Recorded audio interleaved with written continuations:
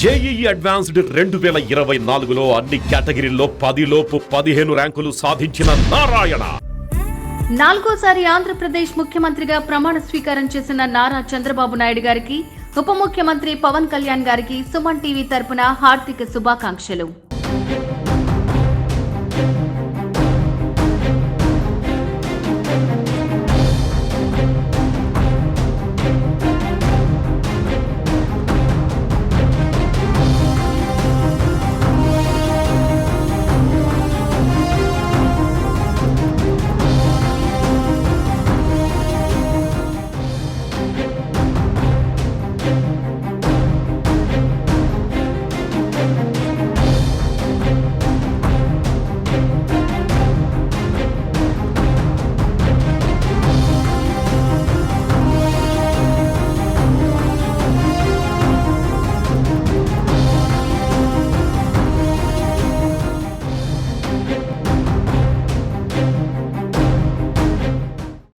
ఆంధ్రప్రదేశ్లో TDP, Janasena, BJP కూటమి ప్రభుత్వం కొలువుదీరింది.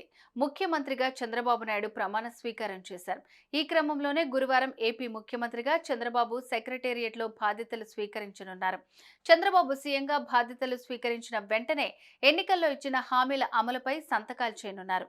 మరోవైపు ప్రమాణ స్వీకారం తర్వాత ఉండవల్లిలోని తన నివాసంలో మంత్రులతో చంద్రబాబు సమావేశమయ్యారు.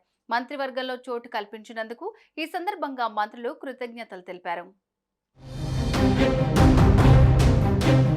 ఆంధ్రప్రదేశ్ ముఖ్యమంత్రిగా ప్రమాణం చేసిన చంద్రబాబు గురువారం సాయంత్రం 4:41 బాధ్యతలు స్వీకరించనున్నారు. సచివాలయంలోని మొదటి బ్లాక్లో అధికారులు ఈ మేరకు ఏర్పాట్లు చేస్తున్నారు. ఎన్నికల్లో ఇచ్చిన హామీ మేరకు సంతకం చేయనున్నారు. దీనికి సంబంధించిన ఫైళ్లను అధికారులు సిద్ధం చేస్తున్నట్లు తెలుస్తోంది. ఇక మెగా డిఎస్సీపై తొలి సంతకం చేయనున్నట్లు సీఎంఓ వర్గాలు అధికారికంగా వెల్లడించాయి.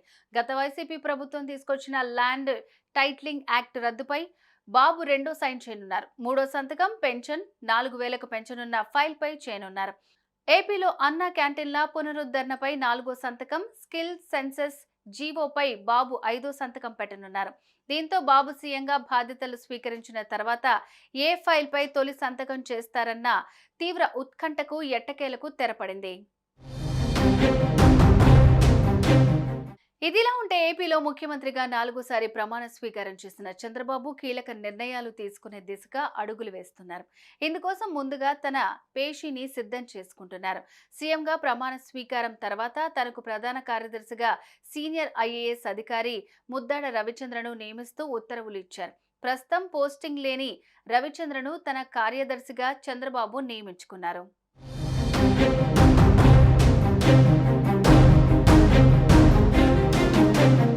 సుమన్ టీవీలో మీ పర్సనల్ అండ్ బిజినెస్ ప్రమోషన్స్ కోసం కింది నెంబర్కి కాంటాక్ట్ చేయండి.